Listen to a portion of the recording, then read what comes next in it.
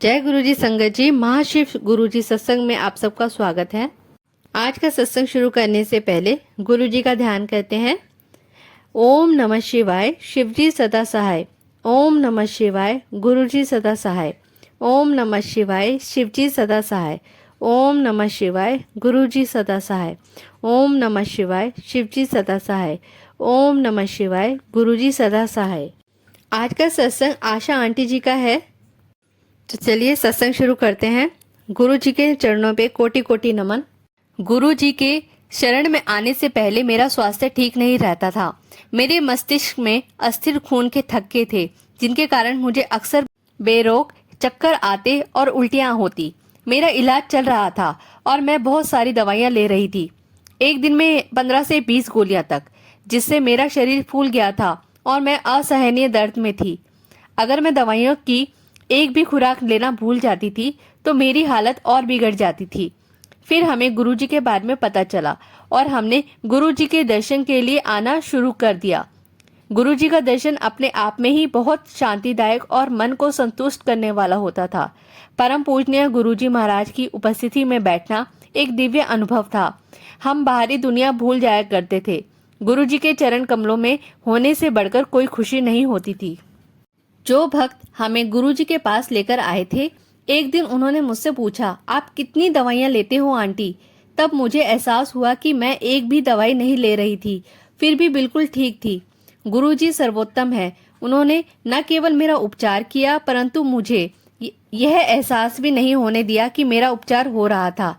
ऐसा केवल भगवान ही कर सकते हैं और कोई नहीं। गुरुजी मनुष्य नहीं है, इसलिए कुछ विशेष सामर्थ्य तक ही सीमित नहीं है। वह पृथ्वी पर भगवान है। वह हमें अपार आशीर्वाद देते हैं और कभी भी हमें यह एहसास नहीं कराते हैं कि उन्होंने हमारे लिए कितना किया है। मैं अपनी जिंदगी के लिए उनकी एहसानमंद हूँ और मेरे पास शब्द नहीं है जिनसे मैं उनका धन्यवाद अदा कर सकूं। उनके गुणगान असंख्य है और शब्द कम पड़ जाते हैं। मैं बस अपने हृदय की गहराइयों से यही कह सकती हूँ, धन्यवाद गुरुजी। आगे आंटी जी बताती है, एक बार हम एम्पायर स्टेट से घर जा रहे थे और बारिश होने लगी। जो लोग उस रास्ते से आते जाते हैं वो जानते होंगे कि एम्स जाने के लिए कुतुब मीनार के भीड़ भरे ट्रैफिक सिग्नल से दाएं मुड़ना होता है और उस चौराहे पर एक बहुत ही कम ऊंचाई वाला गोल चक्र था। उस दिन जब बत्ती हरी हुई, मैं उस गोल चक्र के ऊपर से जाने वाली थी। मेरे पति ने गुस्से से चिल्लाकर मुझे सावधान किया। यद्यपि अगर मैं उस गोल चक्र के ऊपर से होकर जाती तो भी कोई अंतर नहीं पड़ता, क्योंकि उसकी ऊंचाई अधिक नहीं थी। मैं चुप रही और वहां से आगे चल पड़ी। अगली बार जब हम एम्पायर स्टेट से वापस जा रहे थे, मैं उस गोल चक्र के लिए पहले से ही चौकस थी, पर मुझे हैरानी हुई ये देखकर कि वह गोल चक्र ही हटाया जा चुका था। मैंने अपने पति से कहा कि गुरुजी ने वह उकसाव ही हटा दिया जो उनके गुस्से का कारण बना था। गुरुजी सदैव अपनी संगत के लिए विद्यमान है, अपने हर भक्त के साथ है, चाहे वह कहीं भी हो, चाहे घर हो, मंदिर हो या गाड़ी में।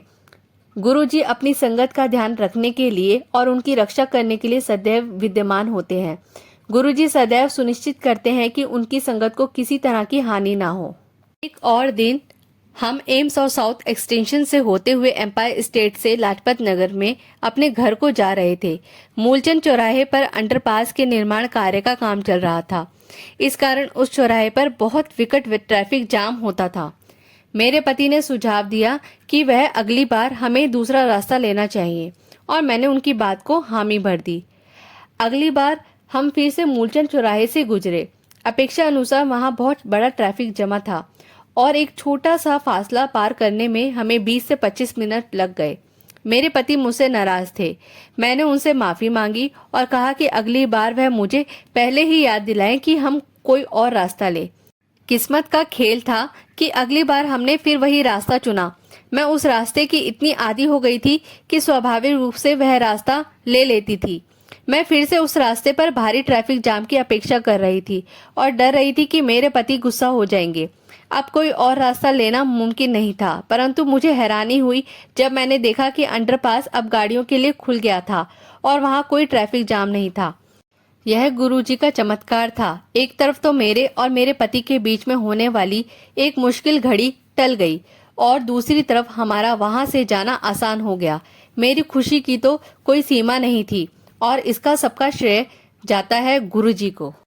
आगे आंटी बताती है कि कैसे गुरुजी ने उनके कंधे का उपचार किया। एक समय था जब मैं अपना बायां कंधा इतना भी नहीं उठा सकती थी कि अपना मुंह धो सकूं। इसका हल केवल ऑपरेशन था और उससे भी मैं केवल अपनी बाह का प्रयोग कर पाती। मेरे कंधे का इससे उपचार नहीं होता।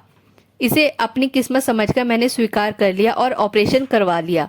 2 साल बाद रविवार के दिन मैं अपनी माँ से मिलने गई और उन्होंने मेरे कंधे के बारे में पूछा।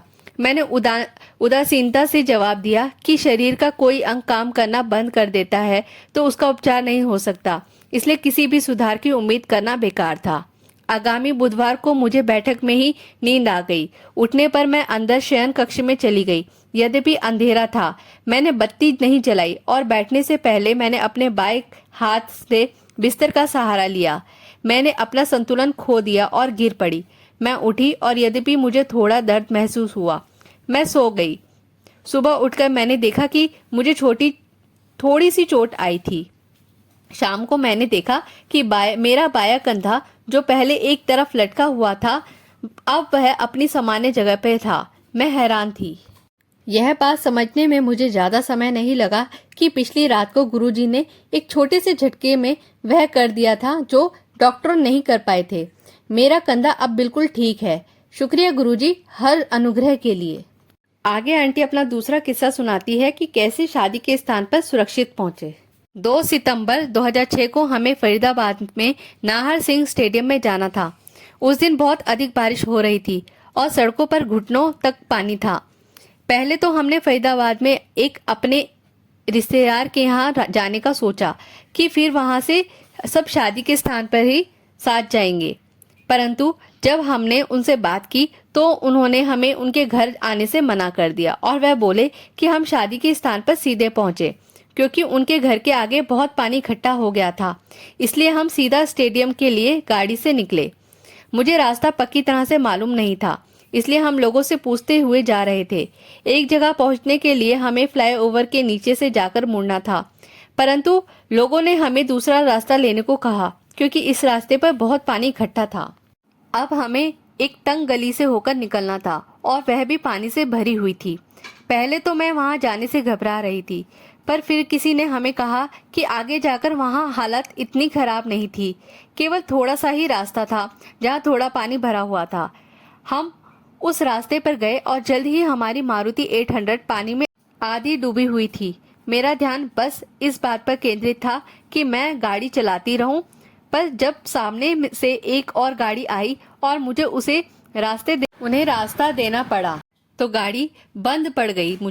मुझे एहसास हुआ कि मेरी 20 साल पुरानी गाड़ी वहां से निकल नहीं पाएगी। अब उसका पुनः प्रारंभ होना संभव नहीं लग रहा था। तभी मेरे पति बोले कि हमें गुरुजी पर विश्वास रखना चाहिए और गाड़ी दोबारा शुरू करने की कोशिश करनी चाहिए। मैंने गुरुजी का नाम लिया और मैं इतनी हैरान हुई कि जब बिना किसी दिक्कत के गाड़ी चल पड़ी। ऐसे ही हालात में गाड़ी 2 से 3 किलोमीटर चली और गुरुजी की कृपा से हम शादी के स्थान पर पहुंचे। यह बात स्पष्ट थी कि सारे रास्ते गुरुजी ने हमारी सहायता की, क्योंकि शादी के स्थान पर हम सबसे पहले पहुंचे थे। यहाँ तक कि दूल्हा और दुल्हन के परिवारों को ट्रक में आना पड़ा, क्योंकि वहां तक गाड़ियां नहीं आ पा रही थी। क्योंकि मेरा बेटा और उसका परिवार भी वहां आने के लिए निकले थे, हमने गुरुजी से उनका ख्याल रखने के लिए अनुरोध किया और वह बिना किसी परेशानी के पहुंच गए। उस रात स्टेडियम में पहुंचने वाली केवल हमारी 2 गाड़ियां थी। हमारी वहां पे सुरक्षित पहुंचना गुरुजी की कृपा से ही संभव हुआ, इसमें कोई शंका नहीं थी। जय गुरुजी, शुक्राना गुरुजी। आगे आंटी बताती है कि कैसे गुरुजी ने हमारा भाग्य बदल दिया। एक दिन मैं बड़े मंदिर जाना चाहती थी। मैंने देखा कि मेरी गाड़ी का गियर लॉक अटका हुआ था। मैंने दूसरी चाबी से भी कोशिश की, पर कुछ नहीं हुआ। मेरा बड़े मंदिर जाने का बहुत मन कर रहा था, पर मुझे कोई और रास्ता नहीं सूझ रहा था। तभी मेरा बेटा आ गया और मेरी स्थिति देखकर उसने मुझसे उसकी गाड़ी ले जाने को कहा। हम उसकी गाड़ी लेकर बड़े मंदिर के लिए निकल पड़े। रास्ते में तिवोली गार्डन के नजदीक एक टाटा सुमो ने आकर हमें करीब करीब टक्कर मार दी थी, पर हम बाल बाल बच गए।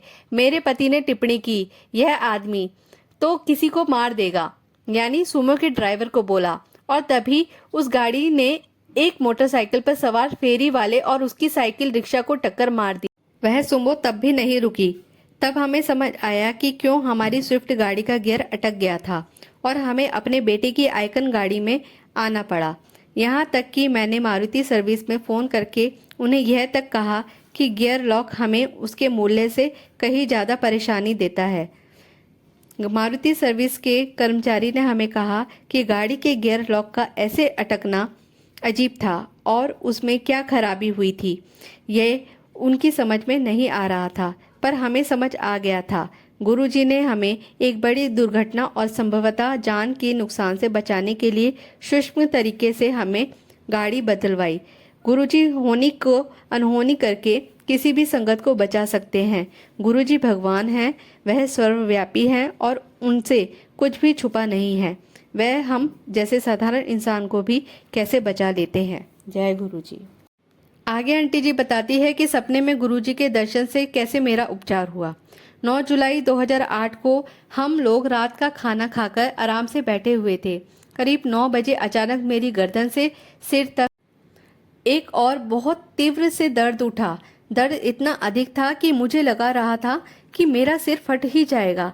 दर्द के कारण मैं पसीने पसीने हो गई और मुझे उल्टी जैसा लग रहा था। मैंने एक दवाई ली जो गुरुजी से मिलने से पहले सिर दर्द और उल्टी के लिए लिया करती थी। फिर भी मुझे उल्टी हुई। मैंने कुछ और दवाइयाँ ली पर मुझे दर्द में कोई आराम नहीं मिला। मैंने एसी चलाया पर कुछ देर बाद ठंड लगने के कारण से मुझे पंखा भी बंद करना पड़ा।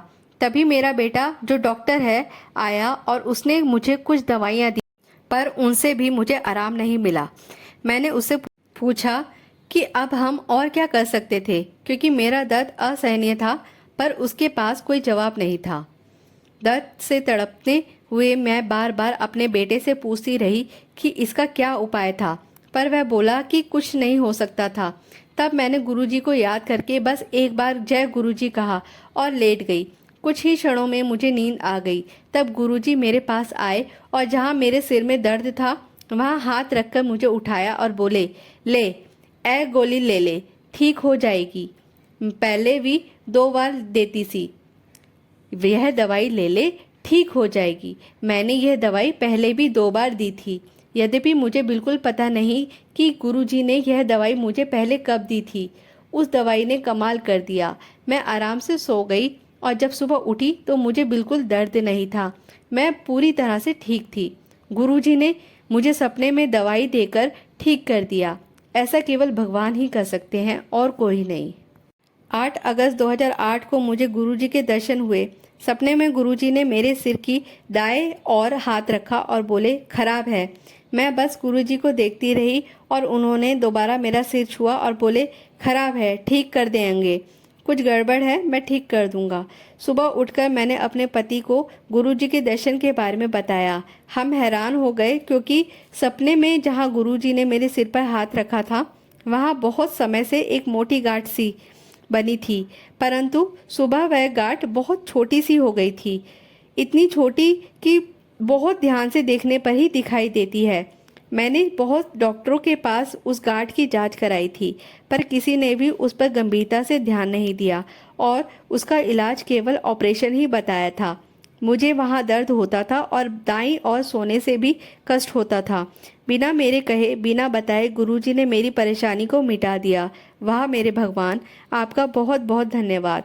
भगवान को कुछ बताना नहीं पड़ता है, उनसे कुछ मांगना भी नहीं पड़ता है, फिर भी सब कुछ मिल जाता है। जय गुरुजी। आगे आंटी जी कहती हैं कि गुरुजी हमारे मार्गदर्शक हैं और हमें अंधेरे से रोशनी की ओर ले जाते हैं। जब भी हमें मार्गदर्शन की ज़रूरत होती है, गुरुजी आते हैं और पूरी तरह से हमारा मार्गदर्शन करते हैं। यह सत्संग उनका दिव्य मार्गदर्शन ही दर्शाता है। एक बार गुरुजी के सत्संग का आयोजन फारूक नगर में किया गया, जो गुड़गांव में भी और आगे है। हमारा वहां जाने का कोई विचार नहीं था क्योंकि फारूक नगर हमारे घर से बहुत दूर था, परंतु सत्संग वाले दिन हमारे पड़ोसी ने आकर पूछा कि क्या हम उनके साथ सत्संग में जाना चाहेंगे। हमने खुशी खुशी हाँ कर दी और जल्द ही हम सत्संग के लिए निकल पड़े। परंतु कुछ ही देर में हमें एहसास हुआ कि हम में से किसी के पास भी वो निमंत्रण पत्र नहीं था जिस पर सत्संग के स्थान का पता लिखा हुआ था। हम फिर भी फारूक नगर की ओर बढ़ते रहे। फारूक नगर के पास एक चौराहे पर हमने बाएं तरफ मुड़कर किसी से रास्ता पूछने का निश्चय किया। तभी हमें एक गाड़ी नजर आई जिस पर गुरुजी लिखा हुआ था और वो दाएं ओर मुड़ गई। हमने उस गाड़ी के पीछे पीछे जाने का निश्चय किया। हम गाड़ी में 5 लोग थे और हम सब ने गाड़ी के पीछे गुरुजी लिखा हुआ देखा था। हम उस गाड़ी के पीछे 2 से 3 किलोमीटर तक गए और जब हम उस गाड़ी के पास पहुंचे तो हमने देखा कि गाड़ी पर गुरुजी नहीं बल्कि पंडित जी लिखा हुआ था। तब तक उस गाड़ी ने हमें सत्संग के स्थान के निकट पहुंचा दिया था। यह कितना आश्चर्यजनक था। और आगे आंटी जी बताती हैं कि एक बार मैंने बड़े मंदिर में देखा कि मेरे कान की बाली का पीछे का अवरोध गुम था। मैं मंदिर के बेसमेंट में थी और उसे वहां ढूंढने लगी। वहां कुछ और सेवादार भी मेरे साथ उसे ढूंढने लगे। इतनी छोटी सी वस्तु मिलना मुश्किल था, इसलिए मैंने उन सेवादारों को जाने को कहा और वे चले गए। मैं लंगर बेसमेंट में रसोई घर की ओर जाते हुए ढूंढती जा रही थी। जैसे ही मैं रसोई घर पहुंची, एक महिला भक्त ने मुझसे पूछा कि मैं क्या ढूंढ रही थी। मैंने जब उसे बताया तो वह बोली कि इतनी छोटी सी वस्तु का मिलना समझो असंभव ही था। जैसे ही मैं मुड़कर रसोई से बाहर जाने लगी, उस महिला की निगाह कुछ चमकीली वस्तु पर पड़ी। मैंने देखा कि मेरी बाली के पीछे का हिस्सा था। वास्तव में मंदिर के इतने बड़े क्षेत्र में इतनी छोटी सी वस्तु मिलना असंभव था, पर गुरुजी की कृपा को असंभव को संभव कर सकती थी। ऐसा ही कुछ मेरे कार्यालय में भी हुआ। एक दिन मेरी नथुनी गुम हो गई। मैंने अपने कुर्सी के आसपास उसे ढूंढा पर वो नहीं मिली। मैंने एक चपरासी से पूछा तो वह बोला कि मैंने पिछले दिन से नथुनी नहीं पहनी हुई थी। वो नथुनी 2 दिन से गुम थी। वो कहाँ गिरी थी, अब यह तय कर पाना असंभव था। मैंने उसे ढूंढना छोड़ दिया। अगले दिन मेरे घर पर मेरी काम वाली नहीं आई, इसलिए मैं खुद सफाई कर रही थी। तभी 2 दिनों बाद मुझे वह नथुनी दिखाई दी। उसकी कुंडी अभी भी नहीं मिली थी, पर उससे इतना फर्क नहीं पड़ता था। नथुनी गुम हो जाने से मैं चिंतित थी क्योंकि वह बुरा शगुन माना जाता है। सिंदूर की तरह नथुनी सुहाग की निशानी मानी जाती है। फिर जब मैं नहाने गई तो स्नान घर में पाँव के मैट के पास कुछ चमकीली वस्तु पर मेरी निगाह पड़ी। वो मेरी नथुनी की कुंडी थी। कुछ लोग इस सब घटनाओं को संयोग कह सकते हैं, पर मैं जानती हूँ कि यह सब संयोग नहीं है। यह सब गुरुजी की और मेहर है और कृपा है। गुरुजी ने हमें इतना दिया है कि उसे शब्दों में व्यक्त कर पाना असंभव है। इन सबका सार यही है कि आज मेरा पूरा जीवन गुरुजी के आशीर्वाद से परिपूर्ण है। हम उनके अंत आशीर्वाद और प्रेम का आनंद उठाते हैं और उनको कुछ नहीं दे सकते हैं। अगर हम कुछ कह सकते हैं तो केवल शुक्राना, शुक्राना गुरुजी। ना केवल हमारी बड़ी बड़ी कष्टों को संभालते हैं, पर उसके अतिरिक्त नथुनी जैसी छोटी सी वस्तु को भी। जय गुरुजी, शुक्राना गुरुजी, अनंतम अनंतम शुक्राना गुरुजी। जय गुरुजी। संगत जी, अभी आपने सुना आशा आंटी जी का सत्संग। इस सत्संग से हमें यह पता चला कि गुरुजी केवल हमारे कष्टों को नहीं, हमारी छोटी छोटी खुशियों का भी ध्यान रखते हैं। जैसे आशा आंटी जी की छोटी छोटी खुशियों का उन्होंने ध्यान रखा, ऐसे ही सभी संगत का गुरुजी ध्यान रखें और गुरुजी की सारी संगत सिर्फ और सिर्फ गुरुजी का शुक्राना करते रहे। जय गुरुजी, शुक्राना गुरुजी। आज का सत्संग हम यहीं समाप्त करते हैं और नए सत्संग सुनने के लिए गुरुजी का चैनल महाशिव गुरुजी को सब्सक्राइब करें और बेल आइकन जरूर दबाएं, जिससे आपको सत्संग के नोटिफिकेशंस मिलते रहे। जय गुरुजी, शुक्राना गुरुजी, अनंतम अनंतम शुक्राना गुरुजी। और कमेंट्स बॉक्स में शुक्राना गुरुजी लिखना ना भूलें।